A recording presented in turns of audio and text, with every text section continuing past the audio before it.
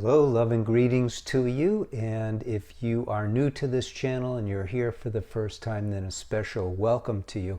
This is the Marriage Foundation. I'm Paul Friedman. This is where we talk about marriage from a point of view that is never spoken about because people don't understand marriage. We have it right, and there's a reason for that. It's because over 22 years ago, when I was a divorce mediator, I was asked by a couple to help them save their marriage. So when I got into marriage and understanding it, then I chose to approach marriage in a very practical way. You know, just like divorce mediation is very practical, you understand what you're doing. I realized that people didn't understand marriage. And when I spoke to those friends of mine who were sending me clients, the psychologists, I realized they didn't really understand marriage at all. And so I asked a question. It took me a while to come up with this question, but I asked a question that just rocked my world, you might say, because I never asked that question before. We're all saturated with what we think is marriage education, and it's not right. The question was, why do we get married in the first place? And everyone will say, well, I fell in love. I'm not talking about that. That's great, but why get married? Well, I asked everyone I knew and people I didn't know, why do you get married? And everyone said good things, positive reasons. For instance, well, I got married because I wanted to have a lifetime companion. That's great. I got married because I wanted to have a family, kids, and all that. That's great. And none of it resonated with me to where I felt that's the ultimate reason to get married. And so I meditated on it, I prayed, and it came to me. We get married to be happy. And I realized that's why we live, too. We live to be happy. Now, we don't even think about that because we're not taught these real life things. You might say, we're not even taught how to balance a checkbook, for God's sake. So I thought, yeah, that's it. We get married to be happy. So I thought, okay, let me sit with the couple and we'll go through this together. It took me a few months to get here, by the way. And I also asked the question, well, what brings the most happiness? And that answer is a resounding love. Love.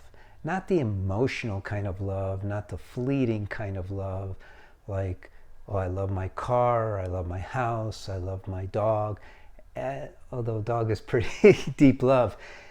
But there's a love that we experience like when we see our kids sleeping and our heart opens up. It's incomparable. And so I realized that is incomparable. Why is that so? And I realized because it's from the heart and not from the mind. Wow. That was a very deep realization for me because then I started to look at what is the mind-soul relationship in the body, and I worked on all of that. But with my first couple, all I did was a very binary thing. I said, okay, guys, here it is. This is it. You can either behave, speak about those things that bring happiness into your marriage, or things that are not beneficial at all to your marriage. It becomes a choice every second of the day. And we discussed a lot of things, and it really worked for them. And then I realized, okay, I hit on something where the really good marriage counselors go. But it's not enough. There's something deeper here. And so we're going to get into that now with this particular topic. This topic is the 7 most destructive marriage mistakes. And sure, it's easy to say, well, anything that is not going to benefit your marriage is a mistake. It's almost like saying anything that is not bringing happiness into your life and the life of others is a sin, quote. So, number one, I realized that the number one mistake, most destructive mistake is when a couple doesn't appreciate one another. Appreciation should be understood as something that comes from the heart. It isn't just a mental thing. It's not where appreciation is very deep. It's not just, oh yeah, thanks for that. That's very surfacey.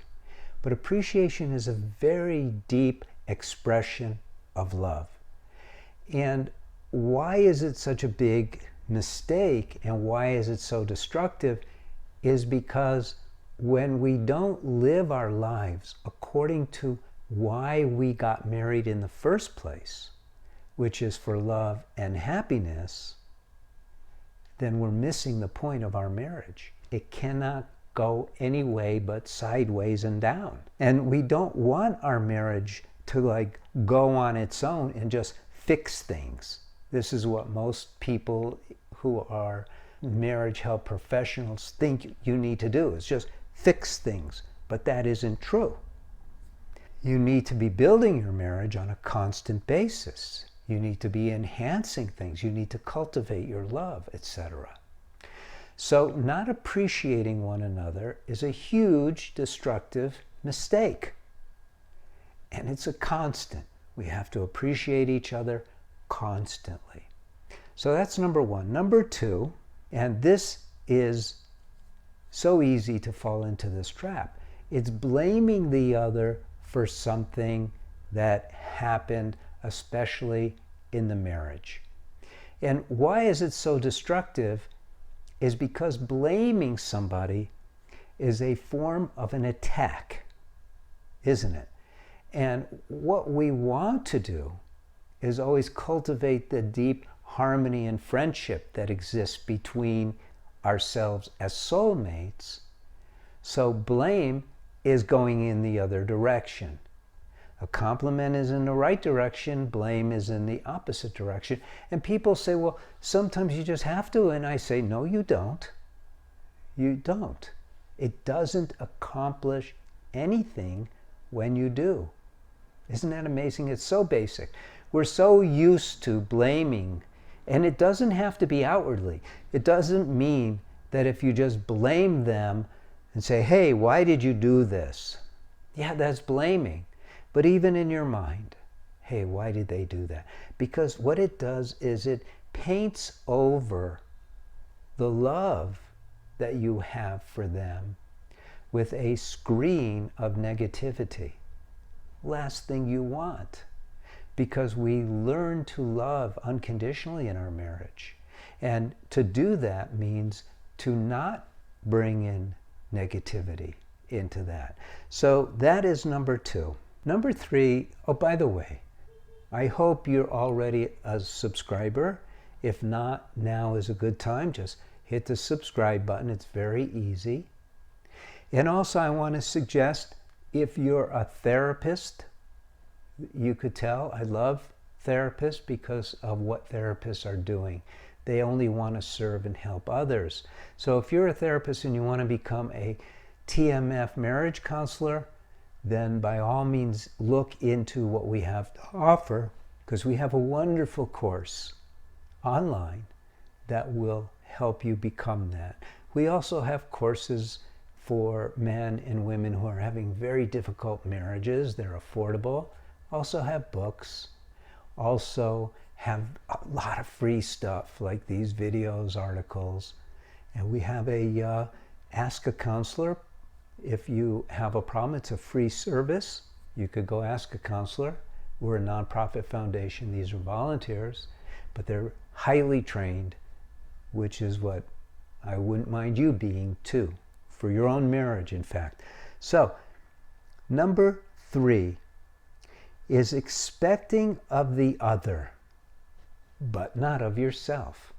This is such a common thing that happens, which is why it's so destructive, because it's accepted and it slips in. We don't even really notice we're doing it. And we don't notice when our spouse is doing it, but there's a resentment that comes because an expectation is a marriage killer. We're not supposed to expect of those whom we love. You see, we have free will. Free will is God-given. Doesn't mean the mind has free will. You have free will to govern your own mind, and it's very important that you do so. And so to have an expectation of the other is a way of dodging an expectation that you should have of yourself. And in the moment, it could be something as simple as, why do I want them to pick up the kids on time? I could be the one doing it, or I could be more flexible in they're not responding immediately, maybe something happened. We become so governed by these rules of life, and not the moral rules of life, but our own little rules of life that we think are so important, being on time and all of that stuff. And sure, we don't want our spouse to be into gambling to the point of where they're taking away money from our family, but we handle those things in another way and without expectation. It's a very deep topic, so I can't cover much of it here, but expectations undermine happiness for both of you. Okay, number 4, and this is a good one. The mistake, the destructive mistake, is not paying attention to your soulmate's needs. We're selfish. All of us are, because the way it works as human beings, we're souls essentially, we're spiritual beings, and we have a mind and we have a body, and the body is loaded with demands. And until we start learning to master our minds, which should be taught in school, but it's not even thought of, until we start mastering our mind is being ruled, you might say, by our body. Our body is compelled. It has it innate, this drive to survive, self-preservation. So it has these needs for air, water, food, and then what happens is it becomes not quite as much of a need, but the way the mind operates, it turns these other needs into desperate needs. I need attention. I need this. I need that. I can't live without a doily under the flower pot. And the mind runs with these so-called needs, but they're not really needs. This is all due to an ungoverned mind. In fact, in the courses that we have, it's the first area we go to is learning how to master the mind so that you're not sucked down into these trivial, because they are trivial, mundane demands. And so what happens is we're so into our own needs that we forget about the needs of our soulmate. If we care about the needs of our soulmate, even if they are petty, then it's an expression of love. And love is what we got married for, remember? So it's important to really consider our soulmate's needs. The highest need, of course, is for love. You can't give them the love that will satisfy them, but by your giving as much love as you're able to, and that's a whole different topic, because we can't experience love when someone gives it to us. We can't, because the mind is filtering all the time, but we know they're giving it. So we always want our soulmate to feel secure in our loyalty. They can feel that and know about that. And so that's the highest need, is loyalty, and we need to be on top of that. And when I say loyalty, I'm not just talking about not cheating. That's a given. I'm talking about caring. I'm talking about protecting them. I'm talking about watching out for their interest. and all of that, and not setting up a, you have this and I want it, and I can't do this like that. Not that, because you're blended. You're blended, right? Okay. And I'm also not talking about sexual needs in this, just to be clear, because that's a whole different topic. Our quote-unquote sexual needs are mostly BS. If you have all the love you need, you don't need any sex. I'm not saying don't have sex in your marriage, by the way. But sex should not be that kind of needy thing. It's an expression of something else. Nor should sex be entertainment. It should be used to connect. And that's very different from what is taught in the world. It's used to connect, because sex otherwise has different purposes. Animals have sex for different reasons, and quote-unquote sophisticated people turn it into recreation. That's not cool. Okay, number 5. This is a big mistake these days. Allowing others into your sacred space. Now, what do I mean by that? Well, I have coined the phrase, the sacred space of marriage. Because when you're together just the two of you. That's the whole idea. In fact, I've redefined marriage. Marriage is an individual spiritual path that two soulmates go on together. And what do I mean by that is that a spiritual path is a path in which one seeks the highest ideals of love and joy. And you can have that. In fact, that's what marriage is designed for as a married couple. And so that space that you have is sacred. And if you don't keep it sacred, then instead of soulmates, pretty soon you're going to be cellmates, which a lot of people feel. Oh, I want to get out of this. It's so tiring. It's so difficult. Instead of feeling joy. And so what happens is people nowadays like to tell their friends about what's going on with their husband or with their wife. And when they do that, they're actually bringing that person into their relationship. It should be completely never, ever done. And we tell people at the Marriage Foundation, don't even, if you're going to counseling, which we think our courses are much, much, much better than counseling, you shouldn't be telling your counselor either what's going on, because now you're going to get an opinion from someone who's seemingly objective, but they're not. They're highly trained to ask questions and help you, but it shouldn't go there. Marriage is not about negotiating between the two of you. It's between the two of you living your lives on a higher plane, a sacred plane of love and joy. Keep it just the two of you. Don't speak to your sisters, your brothers, your friends, anybody about your marriage.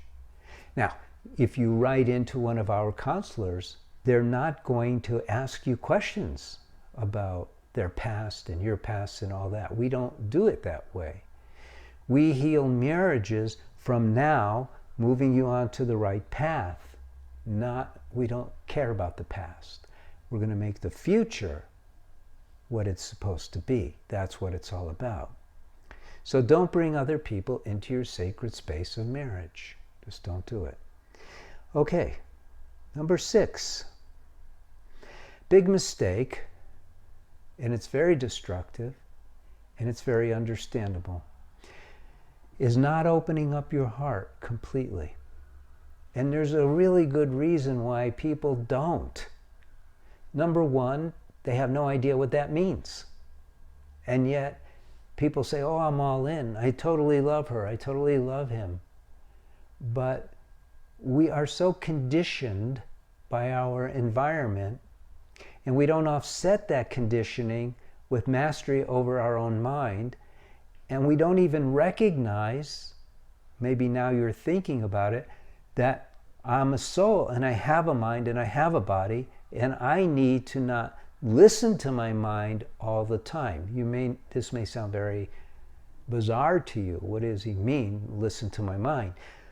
Well, any reaction that you have to anything is your mind speaking, or an instinct speaking.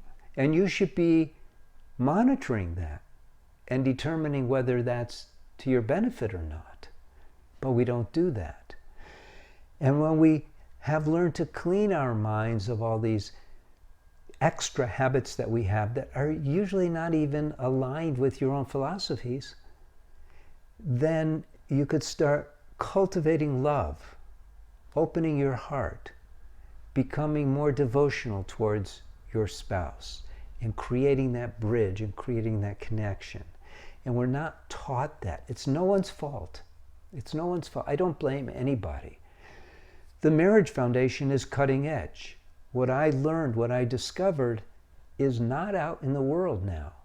We're starting to bring it into the world, and as we become more well-known, more people are adopting, little piece at a time here and there.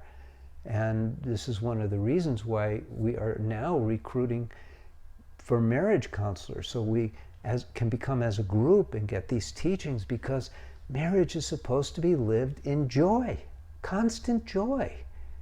You're never supposed to fight. You're never supposed to be unhappy. You're not. You have free will, and you understand what happiness is, joy is, love is. You're supposed to use that free will to obtain these states of consciousness. Well, it sounds so esoteric when I put it that way, but it's true. It's a state of consciousness to be in joy, to feel love. Those are states of consciousness, and that's where you're supposed to live your marriage. And it doesn't take two. It takes you. That's it. And then when one is doing this, the other always follows. Always follows. Okay. So learn to open your heart fully. Now, another reason that people don't, especially in the Western world, is because what we've done with sex. We have become sexified. And we have put sex on a pedestal, or a pedal stool, I once saw on a sitcom. And sex is nothing in and of itself. It is merely a function of nature to procreate, to create more of any particular species. It's a biological thing. And it becomes special when we as human beings use it to connect our hearts. But in the West now, everyone's having sex with everybody else. I know I'm exaggerating, but it's really open. It's rare in the United States or in Europe. A friend of mine was telling me that in Germany, if you go and you meet somebody, you'll probably be in bed with them that night. And I'm thinking, wow, it's such a waste. And so what happens is, especially for women, because women, again, because of nature, interestingly, when women open their legs, they open their hearts. But when you reduce sex down to entertainment, to recreation, then the heart has to build walls, because these women can't just open their heart to everybody. And so what happens is, when they're finally married, they don't understand the need, the depth of opening their heart. And it's a process to get back to that, to put sex in its place, in its rightful place, which is a good place when you're married, when you know how to use it. So that's it, not opening your heart fully. And we rarely can anyway, but it's the effort that counts. Number 7. And this is, I don't want to call it a pet peeve, because I don't have a pet peeve about it, but it's a big mistake. It's a constant mistake in our world, because we're kind of dumb as a society when it comes to marriage. So number 7 is, getting marriage help from those who don't understand marriage. And I hate to say it, but includes 99% of couples counselors, marriage counselors, clergy, everyone. Marriage is not understood. You start watching these videos and you'll start to see it yourself. Because when I speak about marriage and these things, you can see it's totally common sense. Now, it doesn't mean that there won't be people who go, oh yeah, but you're wrong about that, da da da da. Sure, because they haven't gotten deep into it. And so their first reaction, because it doesn't align with what they've believed, is to be put off by it and suggest that it's wrong. But we've been around for a long time. We've saved thousands and thousands of marriages and turned them into magnificent marriages. And so we know that what we're doing works. It works. When I started this, because I used to be a divorce mediator, I had access to Second Saturdays a long time ago. Second Saturday, which was a group devoted to helping women. It started long before I did. Helping women who are going through divorce because, you know, it's a man's world and all that. And I spoke there, and come on, they're already getting a divorce. Those are the tough ones. And that's where I found my clients. And I always looked for the toughest clients to test the limits of what I was discovering. And there are no limits. There's some. But if someone, I'll give you an idea of what I mean by limits. Let's say the wife has already left, then it's very, very difficult, almost impossible, to resurrect that marriage. Or if a man is a criminal and he's moved in with his girlfriend, that marriage is over.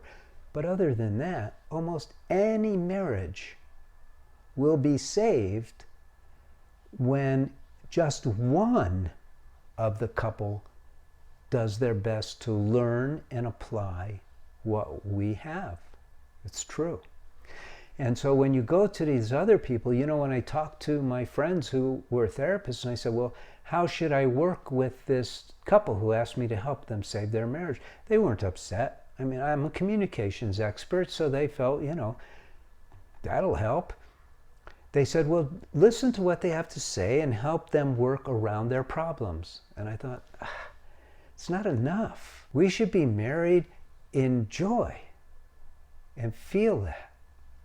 So this is the best they have to offer. It's not good enough, and it's not their fault. They totally mean well, and I know these people, and they are sincere, but they don't know. So that is the last of the destructive, and I hope this was of a benefit to you. Leave a like if you feel it was. Go to our website. You could get a free download for the 10 do's and don'ts for marriage, and hopefully you have benefited tremendously. I appreciate your coming here very much, and I hope to see you again. God bless you. Take care.